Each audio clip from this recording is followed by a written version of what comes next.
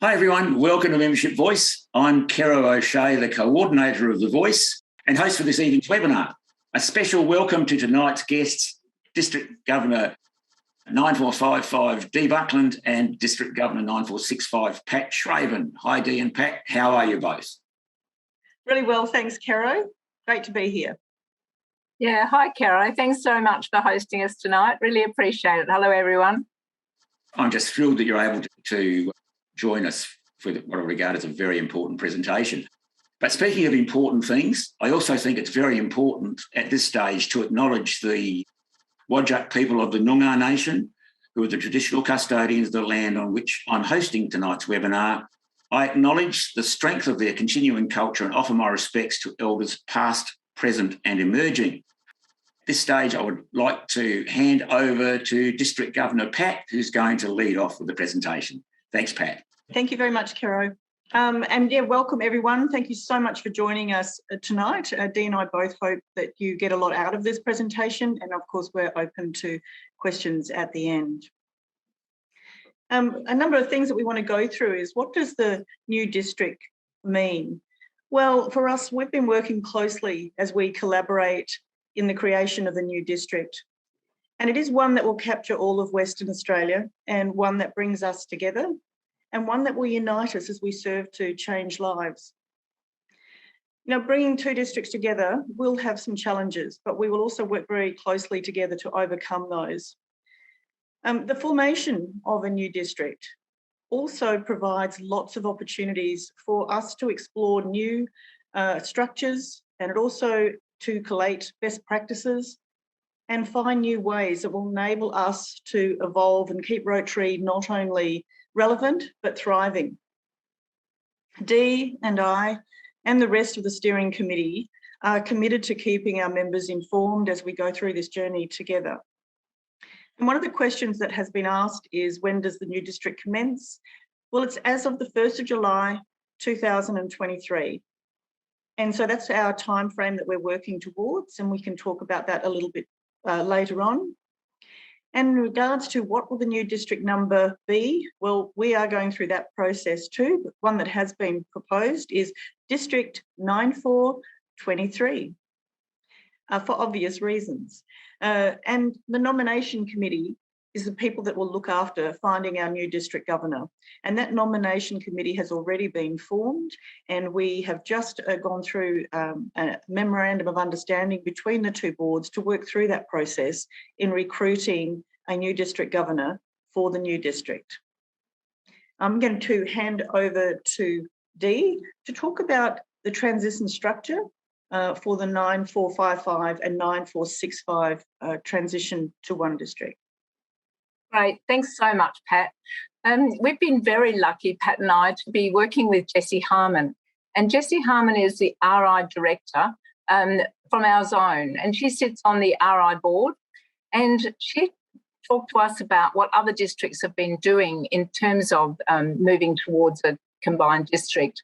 And she's recommended that we use 9710, I think it is, that they've been doing this for the last few years, and they've successfully developed a process whereby this was very successfully done. So on Jessie's advice and on looking at their documentation and how they're doing it, we've decided to pick up their process. So it's not like we're reinventing the wheel here. What we're doing is picking up the best of their practices and learning from their mistakes. So we're pretty excited about that. So what I'll go through now is basically what other districts have done to successfully go through this process. So we're calling this transition. It's transition to, could you just go back a bit, Pat, for me? Oh, sorry. Transition to the new district, transition to 9423, we think that's what it's going to be. So what's our transition structure look like? You know, who's who and, you know, who's doing what? So this is, in essence, a high-level view of the left-hand side in blue. You'll notice the transition reference group.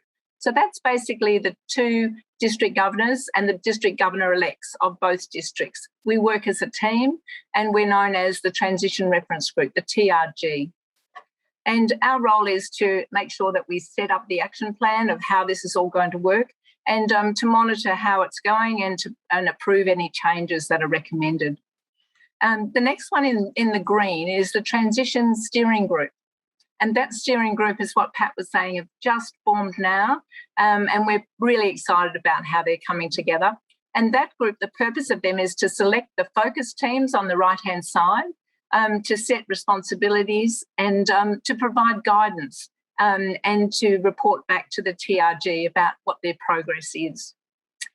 And the most important part of this whole deal is these focus teams. Now, the focus teams, the names of these focus teams isn't agreed yet.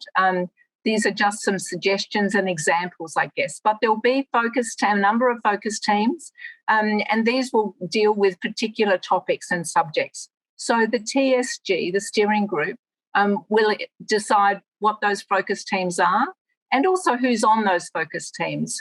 And those focus teams will be responsible to plan and investigate and consult and prepare recommendations for the steering group about what this should look like in the new district. So it's a 3-level structure, as you can see. We're not reinventing the wheel. And Pat will just go through who's on the transition steering group so that you can see who's representing each district. So Pat, could you just go through the names of who's on those steering group? Will do. Thank you, Dee. So, of course, there's Dee and myself, and we're also lucky to have DGE Inaki Oliver and DGE Rick McDonald from the respective districts. And from District 9455, we have Angus Buchanan, Greg Thurston, and Richard Prunster.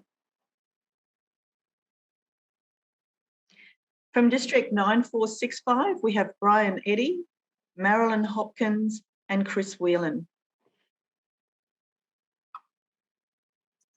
And all of those people, I guess, have come with a wealth of experience, Pat, don't you think? We're pretty excited. Great business acumen. We have a really good, diverse group of people with some fabulous experience, life experiences, but also professional experiences.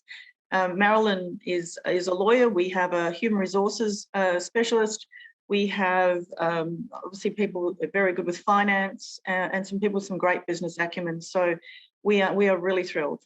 Yes, we are. And they've had their first meeting and they're coming together beautifully. So that's wonderful news. Yeah. And I'm just going to go through now, Pat, the timeline that we came up with in August. So this is the high-level timeline that we've come up with to try and get us to 1/7/23. And it's very doable. We've broken it into sort of big chunks and we're monitoring that as we go. So across the stages down the bottom, you'll see that there's an initiation stage, which is when we're sort of just starting out, and the TRG had their first meeting and we're sort of looking at the new district number and just preparing our plan. And now we're in the planning stage. And so that between September and end of October is when we're looking at the TSG having their first meeting, the TGN, the district governor nominee being looked at, and just finalising the action plan going forward and the focus teams starting to get formed. So you'll notice a few red ticks there. So I'm really pleased to say that we have done a few things, and the red ticks are the things that are actually being completed and the other ones are in progress. And from November to March next year, that's when the focus teams will be meeting. And the focus teams, as I said before, will come up with the recommendations for what this new district is going to look like. And then from about April next year, we'll be starting to implement some of those changes, just getting the constitution, for instance, and that'll go to RI to have a bit of a look at that. We'll be starting to identify the roles and responsibilities of the new board, what they look like, and getting a new board together for 1/7/23. And so you'll start to see some, changes coming in that space. And of course, from 2023, from January to April to June, that's when your new board will be really getting into the swing of things. And from 1/7/23, then you'll see the new district governor and the new board in place. So that's a very high-level plan, and I know that there's a lot of work underneath that. a lot of actions that need to be done, and a lot of people need to do a bit of work. So it's not about just some people. It's not about Pat and I saying, well, this is how it's going to be. We're taking guidance from a lot of people, the people involved in the focus teams, the people involved in the steering group, all the combined wisdom of both our districts to come up with a new district that just will revitalise Rotary in Western Australia. And we're really, really excited about that. And Pat will just talk a little bit about what the next steps are. Great. Thank you, Dee. So resourcing the focus teams. Both Dee and I, some months back, actually sent out an expressions of interest to people who wanted to be involved in the redistricting. And so we do have those expressions of interest that we've received, but also people like the district committee chairs, the current district committee chairs, they will have some great knowledge and experience to be able to share within those focus groups. So we're keen for them to be involved. And also some of their committee members as well. So we are really looking to get some really good knowledge and in those teams and to really think differently, be willing to be open and to listen to each other and also to share ideas and be open to exploring other things as well. I think that's one of the really important things for us. Is not just it's not about standing in our corners and saying that, hey, this is the way we do it, so this is the way it should be. It really is around exploring what else is possible. And that's something we will be continuing to encourage our people to do. Yeah, definitely. So the next steps, we need to confirm, or we have confirmed a date and a time for our next meeting. We're actually decided to do that for Sunday. So we'll be meeting or having our second meeting on Sunday. And we will be then confirming the focus groups and also identifying the focus group resources. And we'll need to finalise the action plan. So that's the work that's ahead of the steering group at the moment. So, Pat, I think we've probably summed it all up. I mean, that's as much knowledge as we have. That's as far as we've got. If we had more, we would share more with everyone. But we wanted to give you an opportunity to just come with us on this journey because it is an exciting journey to be on over the next 2 years. And we're really pleased that a number of people have put their hands up for the expression of interest. So if you would like to be involved in those focus teams, then please continue to let Pat and I know because it'll be great fun and it'll be a great ride. So thanks, Pat. I think we've been working really well together, and I know that those focus teams will work really well together as well as the steering group. Yeah. So I'm open to questions, Pat. What about you? Yeah, I am too. Yeah. Thanks. Go to it, Thank Karen. you, Dee. Yeah, thank you, Dee and Pat. We did receive some questions from folk who couldn't join us tonight, and we might start going through some of those. This will come to Pat. Perhaps one for you. How can we ensure that clubs outside of the Perth area can be supported? And this was asked on the basis that many district activities occur in the wider Perth area. So how can we support those clubs outside the Perth area? Sure. Well, I think it's one of the good things about having Marilyn Hopkins on the steering committee. She's actually based at the Rotary Club of Margaret River. And I think that that's a good test of how things and to have somebody from the country on that steering committee to remind us to consider that. I know some of the concerns have been that if we, continue to have, just, narrowing down to one RILA or one, conference, etc., how will that work if it's always going to be held in a central city location? And will it still go out to the countries? And I think, there are things too, I think, for the focus group and the steering committees to consider and to talk through. But I think it's really important that people do let us know what their concerns are. We've left some lines open for people to do that through both our districts.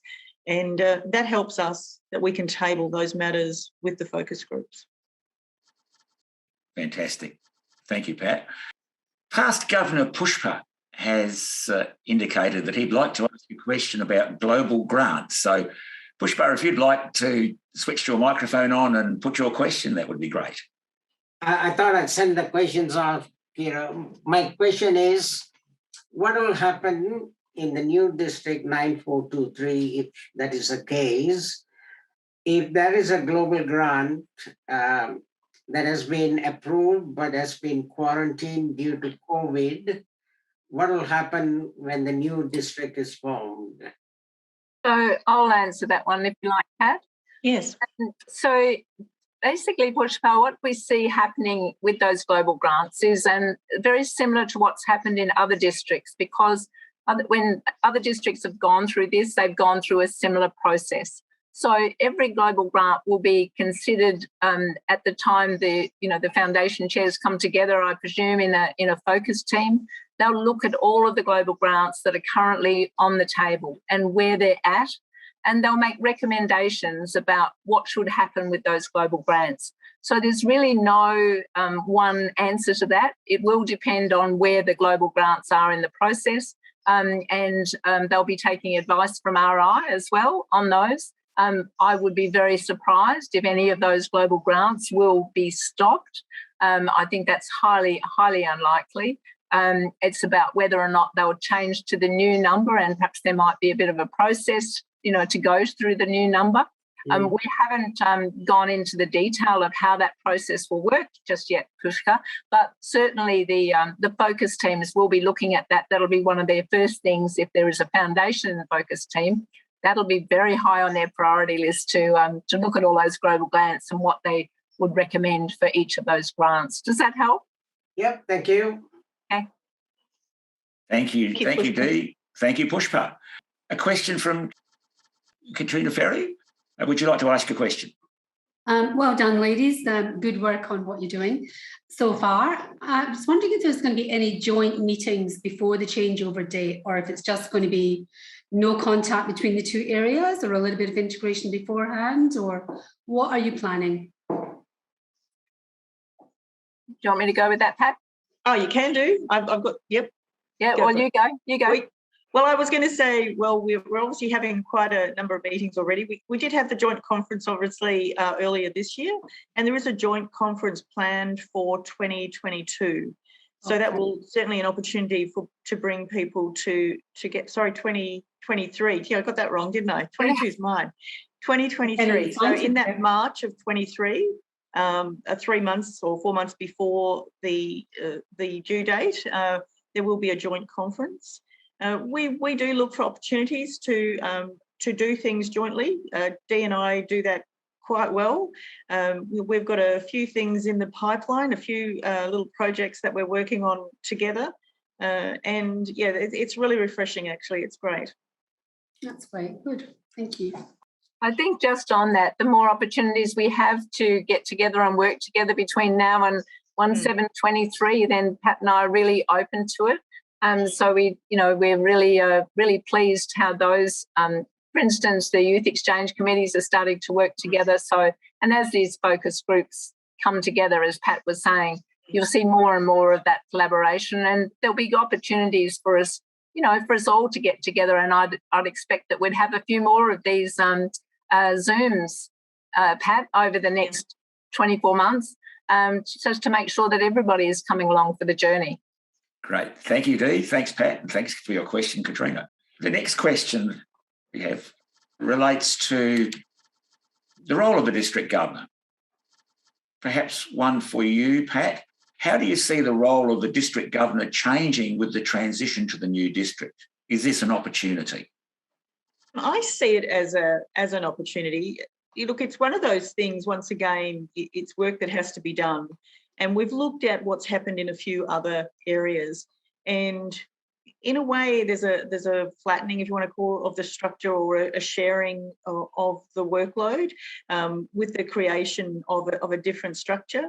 And, one of the things I see that as an opportunity, and how it actually looks in the end, obviously, is still to be determined. But some of the ones that we have looked at, it has provided, some leadership opportunities for some people that perhaps wouldn't have stepped up to do the district governor role, but may step up to do one of the other roles within the structure, and to get, a broader experience than perhaps what's available at the moment, but one that's potentially more manageable if somebody is still working full-time, etc. So I do see there's some opportunity there. The district governor, in the end, there are some things we do need to consider. At this stage, it's pretty much where we think it will be, but there's some work still to be done on the steering committee on what the actual roles and responsibilities are for the people within the structure.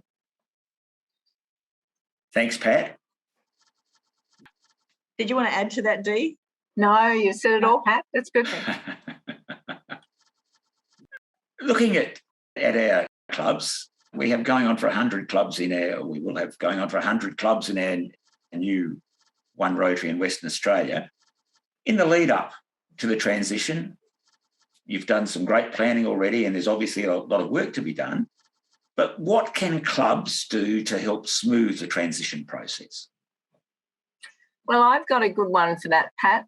You know, I think, and I've seen it happening already, that clubs are visiting other clubs. And I think that's the best thing that a club can do right now. One, because it's great for a club to go and visit any club, doesn't really matter where that club is.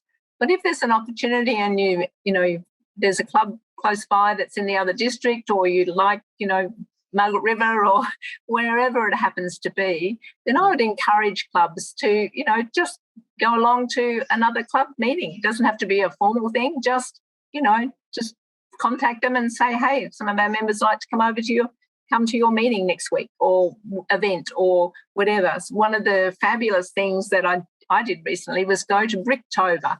Bricktober is run by the help me out here, Pat. Ascot, Rotary Club of Ascot. I should remember that, by the Ascot Club. And that's a fantastic event. You know, just because it's been run by the other district doesn't matter. You know, I took my grandchildren along and we had the best time. And so I just encourage clubs to, you know, keep an eye out for events that are happening run by a club in another district, because we're all Rotary in WA, aren't we? And so I think that's the best thing. What do you think, Pat?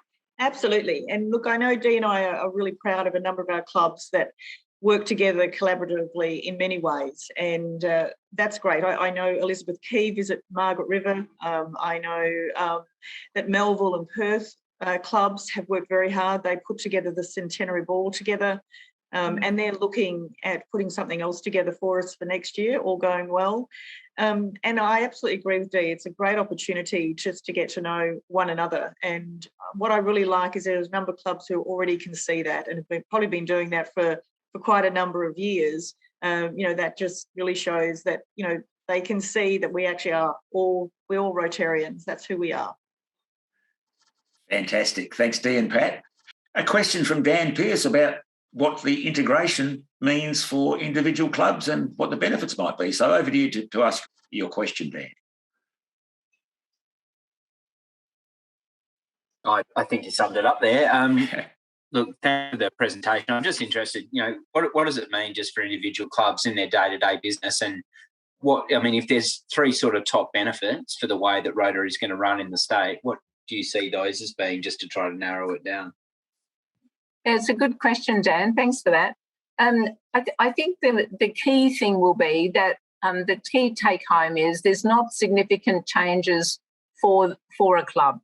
A club will run exactly the same way as it does now. If you choose, that's how you want to run your club, because you'll still have the same structure. You'll still have control over everything that you do. The only thing that is going to change is the support that perhaps your club can get from a new looking district, and what that looks like at the moment. Obviously, it's too early stages, but it's the whole purpose of this is to try and make sure that the clubs have the support that's appropriate and that they're needing. So that's really the main benefit, and to give opportunities for, as Pat said before, rather than having to be a president to go into some roles or onto some committees at district level, you know, perhaps that's something that changes. So if you've got a person in your club that's absolutely the best person and has professional experience in public image, for instance, then they don't need to have been a club president to actually take a role at district or further, if they're a professional in that field. So I think in the past, a lot of it's been, well, if you've been a president and you've been a district governor, then you are entitled to go into certain roles. Well, that model is changing because we want to give everybody the opportunity. If you've got the expertise or want to, increase your knowledge in certain areas, to allow those opportunities to exist and provide professional development for people that want to do that, and allowing, if you are working, then the opportunity to do it rather than saying, well, that job's too big. So I think that'll be one of the things that I'm really looking at and keen to do is, cutting down some of these roles into smaller chunks so that people that are still working can still do it but still benefit from their experience, really. Does that help, Sure. Dan? So, Dan, if I can just add to that as well, look, we exist because of the clubs. We're here as support to the clubs in many ways. And, without the clubs, we don't really have Rotary in Western Australia. So clubs are first and foremost the most important thing to us and our members. And that's why it's really important, if we have a good range of people within our focus groups. And as I said, this is an opportunity to explore new ways to set us up to thrive in a new environment, because we are evolving, we are changing, everything's changing quite rapidly, and what is best for us going forward. So I think it is really important to hear from the clubs. So thank you, Dan, for asking that question. Thank you, Pat. Thank you, Dan. Thank you, Dan. I think this next question from past Governor Pushpa is a good one to sort of dissipate perhaps some negativity. So Pushpa, if you'd like to ask your question, please. Thanks, Carol. What will happen to smaller clubs that are struggling with membership, say any clubs below 12 members, with the formation of the new district? Will they be asked to merge with other clubs? Pat, do you want to answer that? Not to my knowledge. I mean, those sorts of things, Pushpa, the only time really the district steps in on a club in those matters is obviously to help support if we can, to do what we can to help provide ideas and support to help grow clubs. If a club is struggling and looking at wanting to merge with other clubs, we can help in that as well, offering some guidance, etc. Really, when they step into or they start falling below 6, then of course, the Incorporations Act steps in. So they're not able to operate as a club.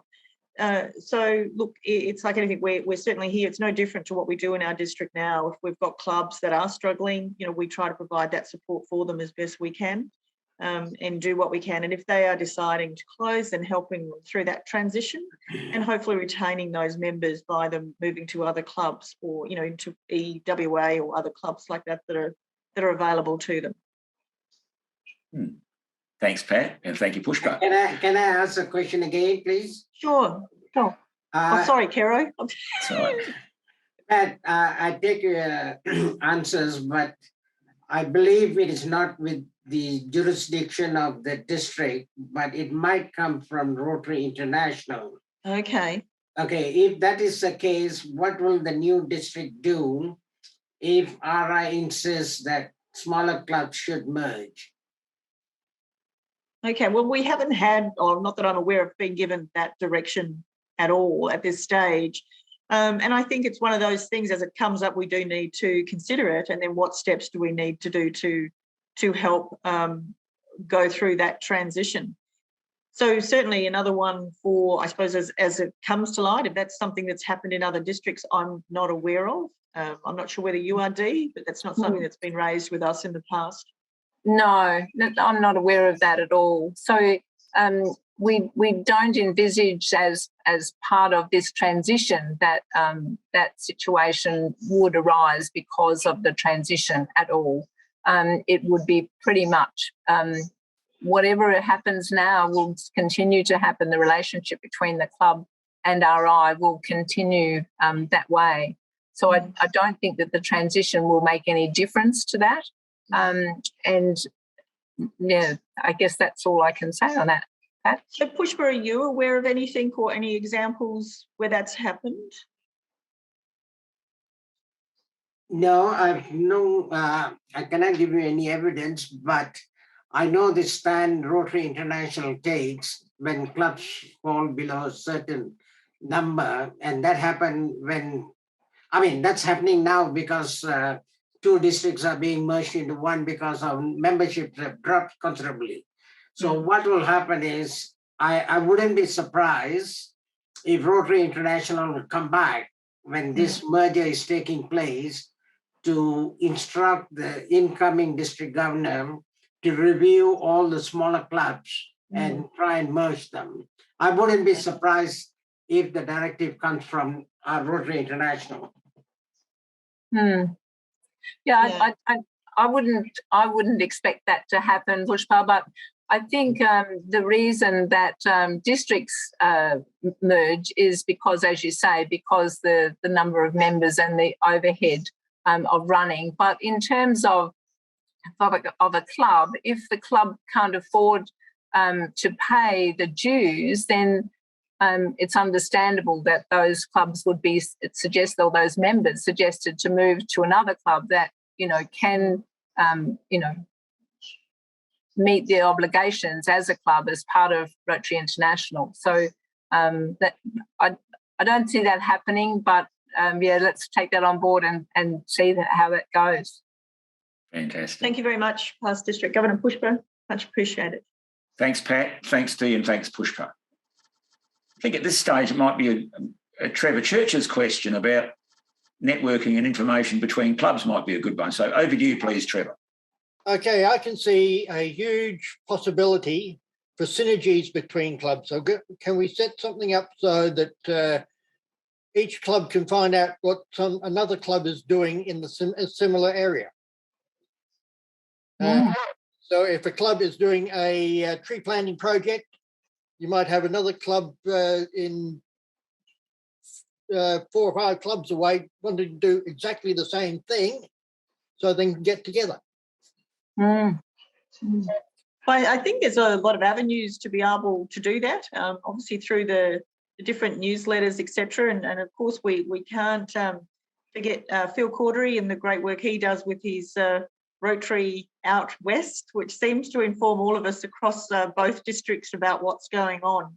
So there's some great channels to be able to share that information. There's also, in my Rotary, there's a place for clubs to enter in projects and things that they're doing in there. And I suppose that is a place for, if we were given permission to be able to share some of that data, but the data obviously would have to be collated into that area for that to happen. Does that help, Trevor? It does, but a lot of the time, there's a lot of people who wouldn't look at my Rotary, and Rotary Out West will get a quick scan and the involved don't see. Well, I encourage you to use my Rotary. It's one of the things, or a site that's actually provided to members, 4 members, and it is one of the things that obviously your fees and dues that you pay to RI, it's what you're actually paying for. So it is a great thing to get into. So I do encourage that. Fantastic. Thanks, Trevor. Thanks, Pat. And this is an interesting one that I received during the week. There are some strong personalities currently in district positions. I'm just reading it as it was given to me. There are also some members who have an old-fashioned way of thinking about Rotary. How will the district officers be chosen when the merger occurs to ensure they are members who have a vision for the future as opposed to repeating what's always been done in the past? What a lovely question. Yeah. And look, all of those things are right. There are people who are very traditionalists, and certainly we need to honour the past and find the ways to do that. But we also do need to look to the future if we want to thrive and survive. Look, it's really important. We are certainly aware of, how our membership has looked and where it's sort of been sliding in the past 10 years, in both districts. And there's certainly now some activity going on in 9455, and there's certainly some clubs that I have admired there where they have really shaken things up and what do they call themselves, a bit disruptive. but and they are moving away from some of the traditional stuff, but still very professional and still doing great work. And I think Rotary really encourages us to do that. Certainly in my travels with and talking to the clubs, just exposing them to, or even reminding them that they have more flexibility than what some of them actually do believe. We still have people who think that they have to do certain things, even in regards to attendance. Rotary moved that some time back, and it's focusing about what you do, not just about showing up. So there are some changes. There's so much flexibility that Rotary offers. We just need to work through those things to set ourselves up, for the future. And as I said, we can't disregard the past. There's a lot of respect and honour there that we need to hang on to, but there's also a need to open up and be ready to go forward and respect really all the variety of people that we have within our two districts, and to always provide the good that we can with those skills that we have. And I think that's our way forward, is to find that respect for one another. Yeah, I agree, Pat, on that, and definitely. And also, let's not forget we have Rotaract clubs as well, and so we'll be encouraging Rotaract clubs to give us input as well into their thinking for the future, and so making sure that we are balancing our strong experience of the past, and looking to the future as well. So I agree. And in District 9465, we have a number of schools that have strong interact clubs, and they're our future.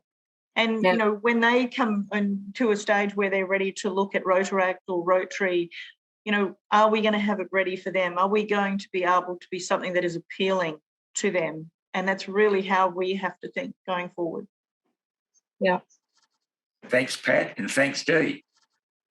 Another interesting question that came through during the week, and that's to do with our youth programs, and RYLA in particular.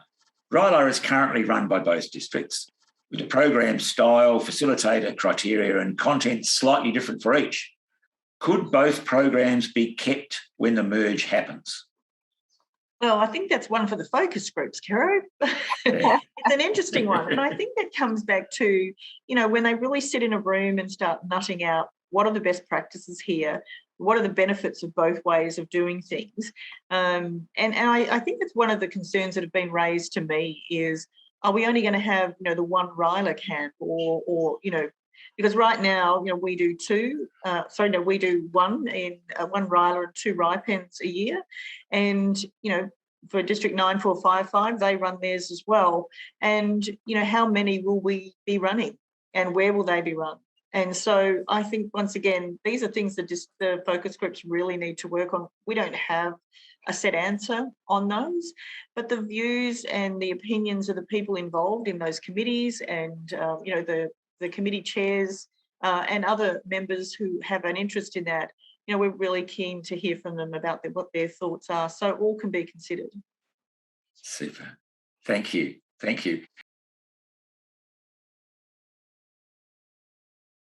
Nick Lim, are you able to unmute yourself yet?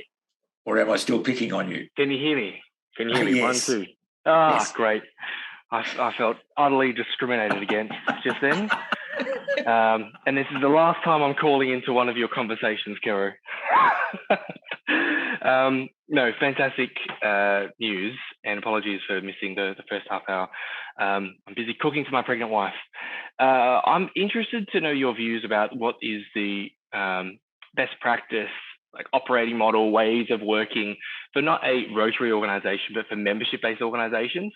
To what extent are we looking out to, let's say, for example, the professional entities like the PMI or other such membership-based organisations for ways to make us more effective, to set us up for the future, to attract the RYLAs in, and more broadly, the rest of the broader community in which we serve. And I think about absolute total member value, thinking about technology, and thinking about centralized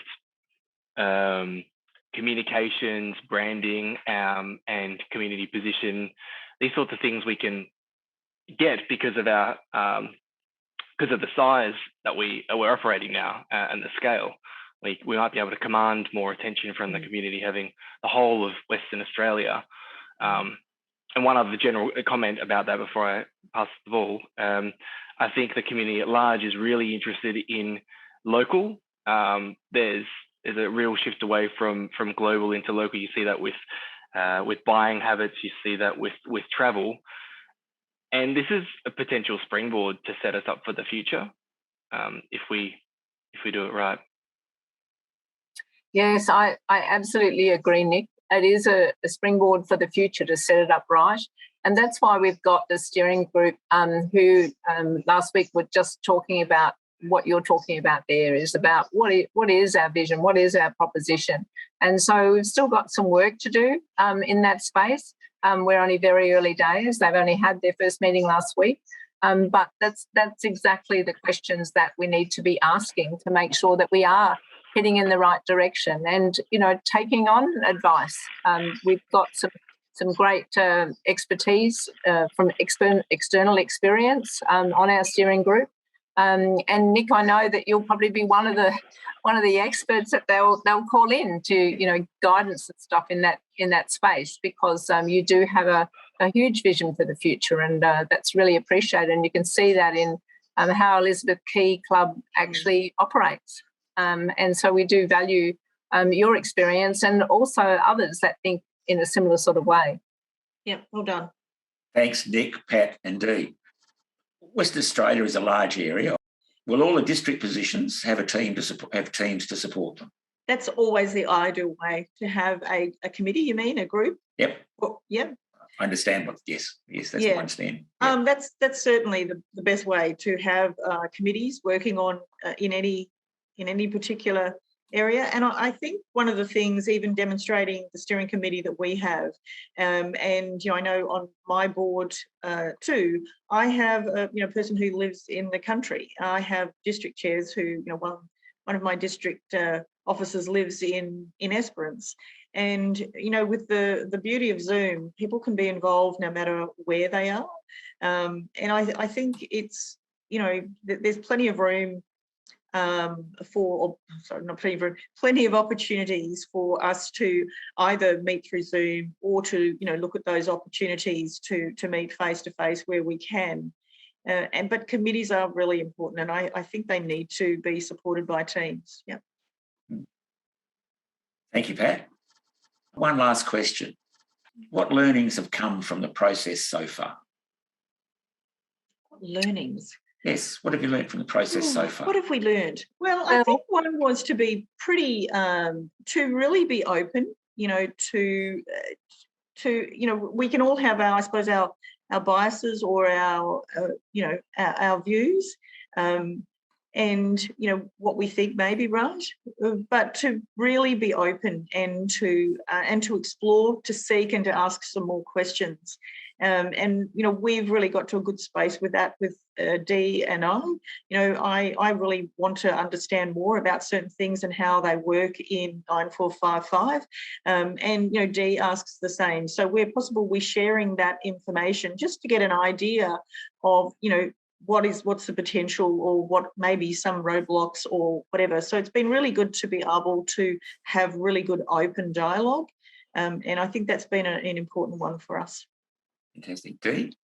I think one of the learnings for me is that Zoom does work for us, and trying to get together is challenging because we're all time poor for whatever reasons. And I think that's one of the learnings for us. We went to a lot of effort, in the initial stages, trying to get us all face to face and how that was going to work. And it is really hard. But what we've found is that actually Zoom works really well, and we can work effectively using the technology that's available to us. And so we should embrace that, I think, rather than thinking that we can't embrace technology. So I think that's one of the learnings for me. And the other is that we're all on a different journey. We're all learning at a different rate. We all have the need to, but what's happened, what information have we got available, and not taking things at face value. I want to see that process document from the different districts, and I want to see what that is because I want to make up my own mind.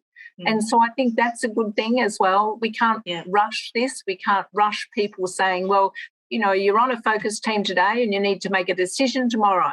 Well, actually, that's not how it works. We need to storm and norm and, sort of make sure that we're making the right recommendations and giving the teams the time to do that.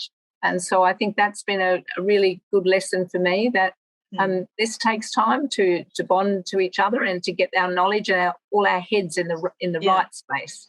Yeah, and just making sure and allowing people to get on board and give them that time to get on board with what's happening. So yeah, agree. Fantastic. And look, honestly, the other thing is what I've been really enjoying travelling around and talking to our clubs is I really love that people do speak up and either raise their concerns, which I just absolutely love. So because that gives us an opportunity to seek to understand and to be able to address or to consider. And also, the support as well. Like there's been some really great things and people who are really looking forward to it. And I did have somebody say, it's like the full circle, because apparently some years back we were just one West Australian Rotary district. So here we are again.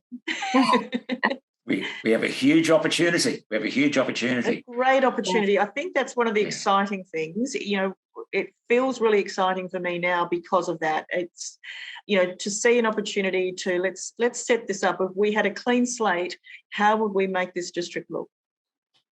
We've just had a request. We've just had a request for more sessions, perhaps like this, okay, lovely. on Zoom, so that everybody can be kept in the picture.